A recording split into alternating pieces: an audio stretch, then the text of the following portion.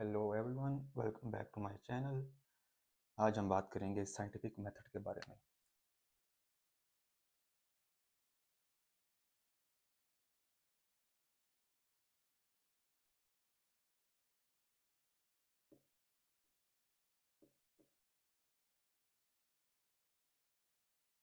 आपको ऑनलाइन दर्जनों ऐसी वीडियोस मिल जाएंगी जो कि साइंटिफिक मेथड को मुख्तलिफ तरीक़ों से जो है एक्सप्लेन करती हैं, और वो सब की सब जो वीडियोस हैं वो मेरे ख्याल से फैंटास्टिक हैं। लेकिन यहाँ पर इस चैनल पे इस वीडियो में मैं एक थोड़ी सी डिफरेंट अप्रोच फॉलो करूँगा। इन particular in this case I will start off by asking you a rhetorical question, and you can pause the video to think about it if you want. So, एक rhetorical question, so, rhetorical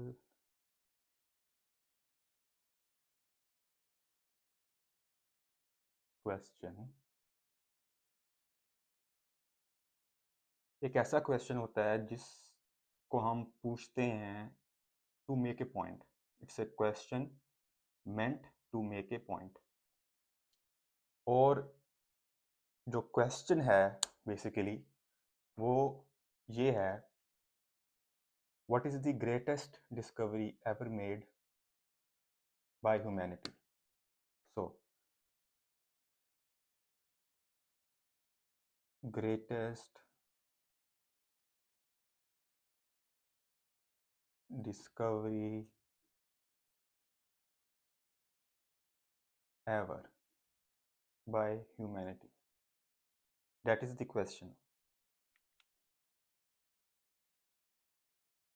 अब जब मैं ये सवाल पूछता हूँ तो आप में से अक्सर लोग हो सकता है सोचें फायर के बारे में, आग। हमने इंसानों ने जब फर्स्ट टाइम आग जलाना सीखी, या कुछ लोग सोचेंगे पहिए की ईजाद, the invention of the wheel, या कुछ ऐसा और समथिंग लाइक दैट। और आप गलत नहीं हैं, ये सब जवाब ठीक है। But now allow me to answer this question to make my point. In my humble opinion, the greatest discovery ever made by humanity was not a tool or a piece of land. वो ना तो कोई tool था, ना ही कोई टुकड़ा था ज़मीन का, लेकिन वो कुछ ऐसी चीज़ थी जो हमने रियलाइज़ की मजमूई तौर पर, कलेक्टिवली। और वो लफ्ज़ जो कि इस डिस्कवरी को बयान करने के लिए सबसे बेहतरीन है मेरे ख्याल से, दैट वर्ड इज़ एपिफनी।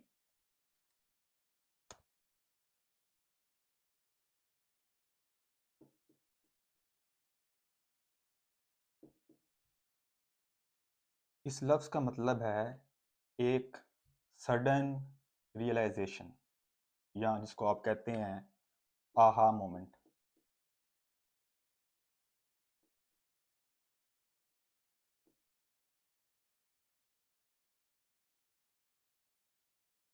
सो अब सवाल ये है कि हमने एग्जैक्टली क्या चीज़ रियलाइज़ की। हमने रियलाइज़ किया कि जो यूनिवर्स है जिसमें हम रहते हैं वो इंटेलिजिबल है, intelligible.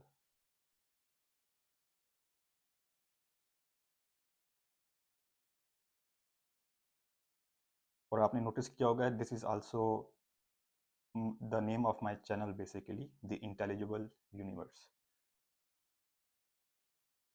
This means that we can understand the universe by the human brain, by using our human brain, using only natural explanations without the need to invoke magic. So, can be can be understood by natural explanations only. That is what this word here, intelligible, means. So why am I asking you these questions? This question in particular.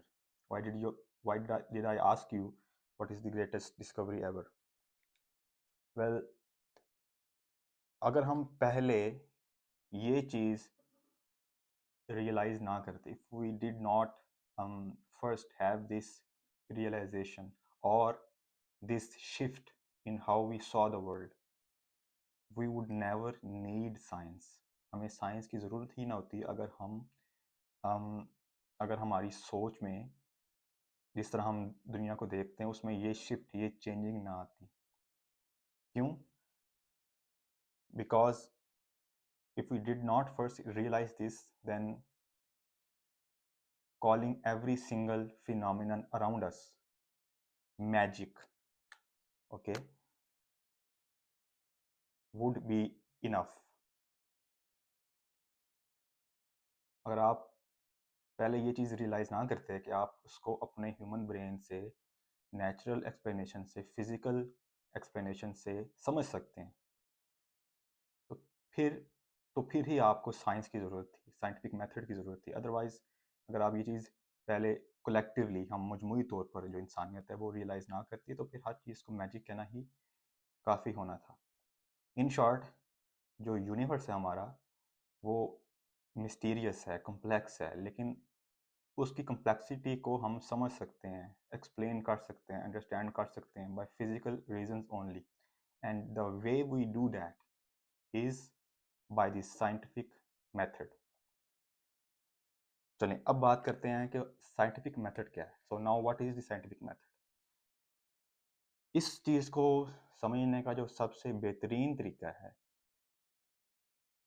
वो कुछ यूँ है कि आप realise करें कि हम में से हर एक शख्स अपनी रोज़मर्रा ज़िंदगी में साइंटिफिक मेथड को यूज़ करता है किसी न किसी तरीके से. हमें से हर एक शख्स साइंटिफिक मेथड का कोई ना कोई वर्जन जो है ना यूज़ करता है, लेकिन हम रियलाइज़ भी नहीं करते. So let me give you an example जो कि मैं समझता हूँ कि एक गुड स्टार्टिंग पॉइंट है, एक अच्छा स्टार्टिंग पॉइंट है. सो इमेजिन करें, और ये कोई बहुत ही ज़्यादा हाइपोथेटिकल एग्जांपल नहीं है जो कि इम्पॉसिबल है, इट कैन हैपन. सो आप इमेजिन करें कि आप रात के 3 बजे 3 AM आप सो रहे थे और रात को 3 बजे आपकी आंख अचानक से खुल जाती है. अब let's say you sleep next to the window. Let's say कि जहाँ पे आपका बेड है साथ ही विंडो है, और आप जब जागते हैं, आप जब जागते हैं, आप बाहर देखते हैं, आप रियलाइज़ करते हैं कि बाहर जो है ना बहुत ज़्यादा ब्राइट है. It is really bright outside, bright outside. So ये आप क्या है, ये हो गया आपका ऑब्जर्वेशन, मेजरमेंट या डाटा. तो बेहतर ये हम इसको डाटा बोलें, क्योंकि ऑब्जर्वेशन का फिर आप इनडायरेक्ट मीनिंग कुछ लोग ये भी लेते हैं कि ऑब्जर्वेशन का मतलब है सिर्फ वो चीज़ें जो हम अपनी 5 सेंसेस से ऑब्जर्व कर सकते हैं, लेकिन ये चीज़ गलत है. So I am going to call this data, but you can understand it by calling it observation या मेजरमेंट. तो ये आपकी क्या होगी, ऑब्जर्वेशन, मेजरमेंट, या बेटर कॉल्ड डाटा. सो जब आपने ये चीज़ ऑब्जर्व कर ली कि बाहर बहुत ज़्यादा रोशनी है, so what is the next thing your brain do immediately after this observation? ज़रा सोचें. बिल्कुल, आपका दिमाग इस ऑब्जर्वेशन को एक्सप्लेन करना चाहेगा. It will try to explain it, right? The first thing your brain will think of is the sun.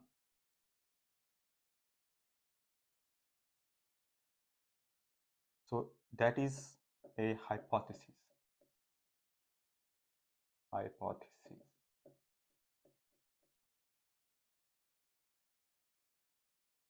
So this is one possible explanation of your data. ये आपके डाटा की एक पॉसिबल एक्सप्लेनेशन है, ठीक है। लेकिन ये जो हाइपोथेसिस है हमारी एग्जांपल में सिर्फ तब तक कायम रहेगी जब तक आप अपनी घड़ी पे टाइम नहीं देखते, ठीक है। आप टाइम देखते हैं, आप देखते हैं कि 3 बज चुके हैं, फिर आप जैसे ही आप ये चीज़ देखते हैं, ठीक है, तो आप कहते हैं नहीं, आप ये चीज़ वर्बली नहीं कहते, लेकिन आपका दिमाग रियलाइज़ करता है कि ये हाइपोथेसिस जो है ना, ये सच नहीं हो सकती। This can not be a possible explanation because it's 3 AM और हमें पता है कि 3 बजे सूरज नहीं निकला होता। तो देखें, आपने एक चीज़ को ऑब्जर्व किया, ठीक है, आपने एक हाइपोथेसिस बनाई, ठीक है, जो कि इस डाटा की एक पॉसिबल एक्सप्लेनेशन है। लेकिन फिर आपने क्या किया, without even realizing it, you did one more observation to test it. Okay, you tested this hypothesis by doing further or follow-up observations, ठीक है। So when you did those further observations to test this hypothesis, you said no, this cannot be the right explanation, so that is ruled out. So you ruled out, ठीक है, you ruled out this hypothesis by doing further observations or experiments.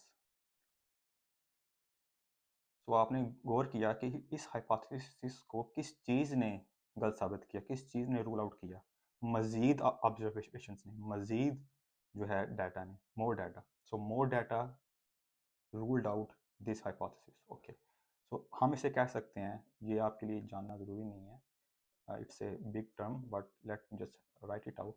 This is called falsification through constraint, ठीक है। But what I just explained earlier is sufficient. Okay, so this is ruled out. What is the next explanation your brain will think of? हो सकता है कि आप road के पास रहते हैं, ठीक है, और रोड के पास बहुत सारी स्ट्रीट लाइट्स हैं। ये एक और हाइपोथेसिस है। Let me write this here. So street lights. Okay, so जब आपने ये चीज़ रूल आउट कर दी, नेक्स्ट थिंग जो आपका ब्रेन सोचेगा वो है street lights. Keep in mind कि अभी आप अब तक आप अपने बिस्तर से उठ के आपने बाहर देखा नहीं है, ठीक है। ये आप समझ लें कि ये आपके जागने के कुछ सेकंड्स बाद ये सब कुछ आपका ब्रेन आपके जानने के बगैर ऑटोमेटिकली कर रहा है, ठीक है। सो जो नेक्स्ट हमारी हाइपोथेसिस है बेसिकली वो क्या है कि हो सकता है कि बाहर स्ट्रीट लाइट्स जो हैं, अगर तो आप रोड के पास रहते हैं, अगर नहीं भी रहते तो भी ये जो है ना एग्जांपल जो है वो वैलिड है। किसी ने इंटेंशनली, ठीक है, किसी ने जो है ना शरारत की है और उस शख्स ने जो है स्ट्रीट लाइट्स सारी ऑन कर दी हैं और इसलिए बाहर जो है बहुत ज़्यादा ब्राइटनेस है। सो ये भी एक पॉसिबल एक्सप्लेनेशन है, एक हाइपोथेसिस है। या मे बी अब ये लेस लाइकली है लेकिन पॉसिबल है, एलियंस हैं, कोई दूसरे सोलर सिस्टम से एलियंस आ गए, उनका जो शिप है उससे बहुत ज़्यादा ब्राइट लाइट निकल रही है। ये बहुत लेस लाइकली है लेकिन पॉसिबल है। अच्छा जी, अब हमने ऑलरेडी एक हाइपोथेसिस को जो है रूल आउट कर दिया हुआ है, हमने इसको हमने कह दिया कि ये पॉसिबल नहीं है। सो हमने फर्दर ऑब्जर्वेशन से इस हाइपोथेसिस को टेस्ट किया था। अब इन हाइपोथेसिस के साथ भी हमने यही करना है। और इस एग्जांपल के केस में the easiest way to check to verify these hypotheses is to just get off the bed and look out the window, ठीक है। Let's just say that in this case when you look outside it was street lights and someone had intentionally turned those on. तो आपने बस आप अपने बिस्तर से उठे, आपने बाहर देखा, आपने देखा कि वाकई ही स्ट्रीट लाइट्स ऑन है और किसी ने उनको इंटेंशनली जो है ऑन कर दिया। तो आपने एक हाइपोथेसिस को कंफर्म किया, और जब आपने ए को कंफर्म किया तो ऑटोमेटिकली जो बाकी हैं वो रूल आउट हो गई। सो इस पूरी एग्जांपल से आपने क्या सीखा?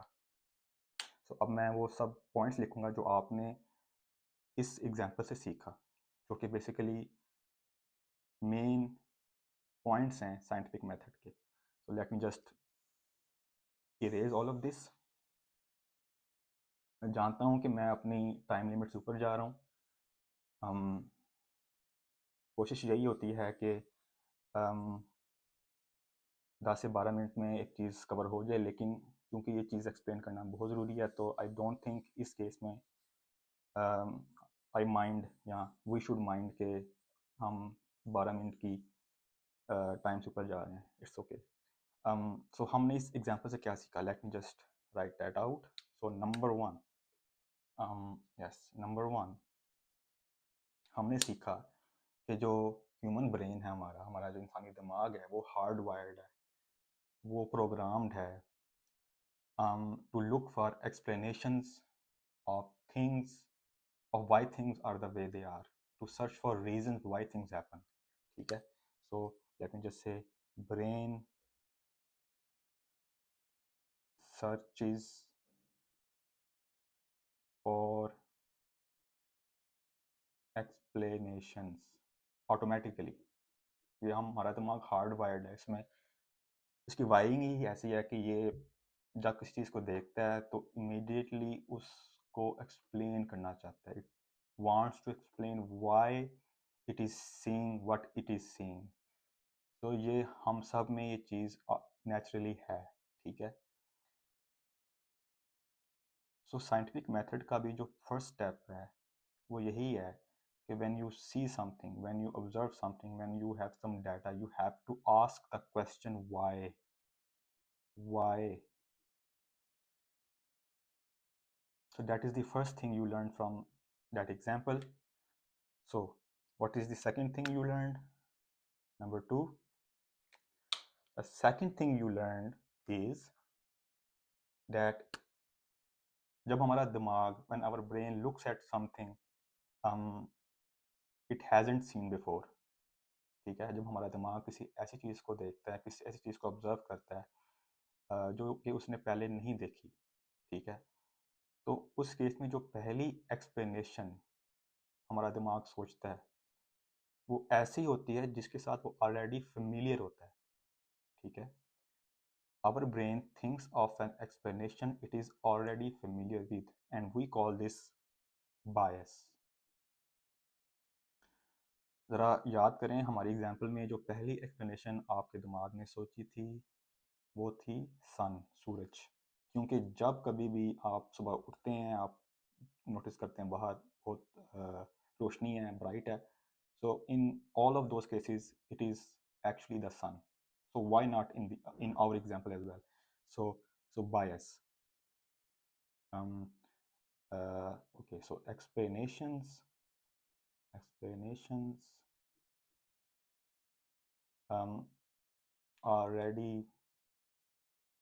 already familiar to brain. Okay, so that is the second thing we learned from our example. And that is also a very important thing that this scientific method saves us from. Scientific method design ही इस तरह किया गया है कि हम biases से बच सकें, क्योंकि बायस हमें गलत कंक्लूजन की तरफ ले जाता है।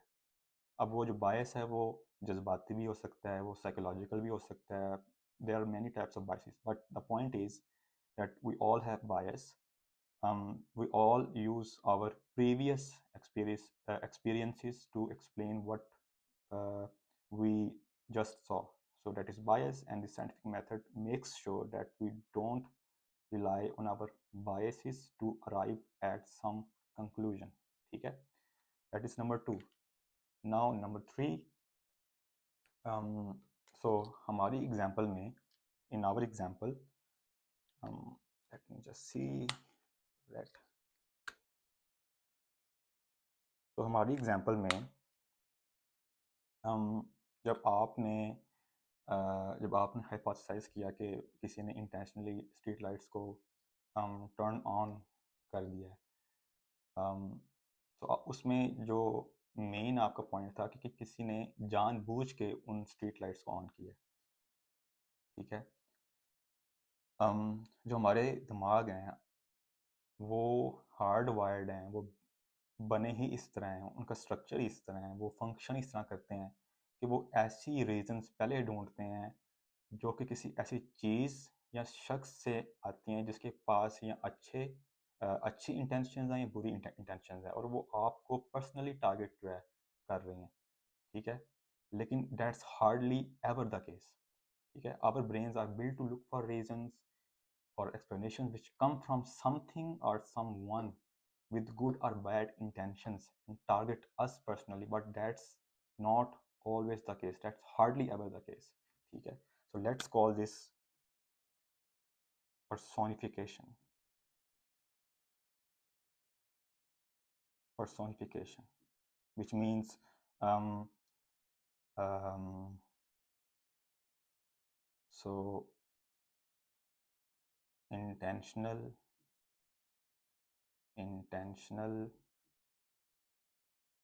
and personal, कि हमारा दिमाग उन रीजंस को पहले सोचता है जो कि which happen with us in mind, which are intended for us. लेकिन मे बी हमारी एग्जांपल में जब आप, हो सकता है आप उठ के अपने घर से बाहर गए हों, आपने जब मज़ीद इन्वेस्टिगेट किया हो तो आपने ये डिस्कवर किया हो कि उन स्ट्रीट लाइट्स पे एक ऑटोमेटिक टाइमर लगा हुआ था जो कि ऑटोमेटिकली 3 बजे जो है, जब 3 बजे तो उस ऑटोमेटिक टाइमर की वजह से जो है स्ट्रीट लाइट्स वो ऑन हो गई. So that's number 3. And the last thing, number 4, that we learned from this example is वो ये है कि जब आपने आपने जब कोई एक हाइपोथेसिस सोची तो आपने उसको क्या किया, आपने उसको टेस्ट किया, ठीक है, आपने उसको आजमाया मज़ीद ऑब्जर्वेशंस करके, मज़ीद एक्सपेरिमेंट करके. सो according to the scientific method, the best way to get to the truth of something is to test it. Let's say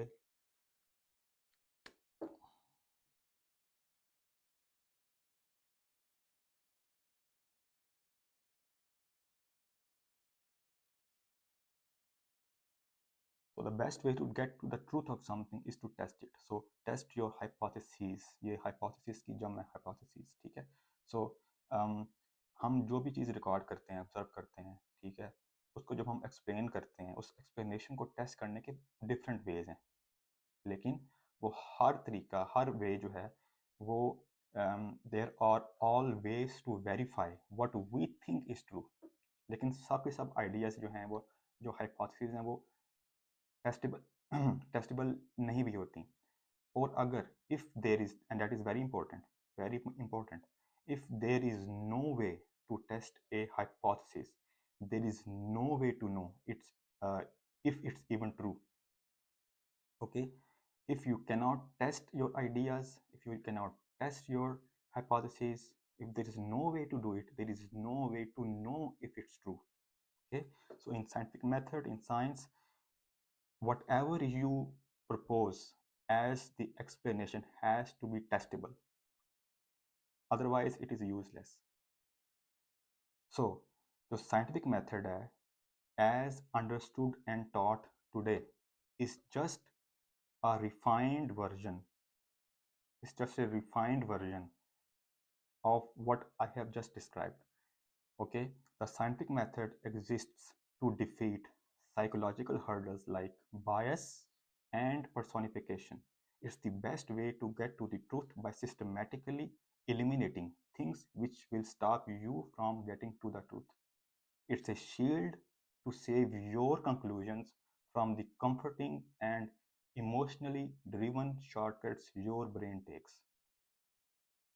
So that is how I prefer to explain the scientific method. So I will stop here today. Next time on this channel, we will look at what the terms principle, law, theory and model really mean in science. So next time हम इन terms का meaning समझेंगे और इनके साथ जो associated misconceptions हैं उनको हम clear up करेंगे. So if all of this seems interesting to you, please consider subscribing, and if you think others should know this too, please share this video with them. Thank you for watching and I will see you next time.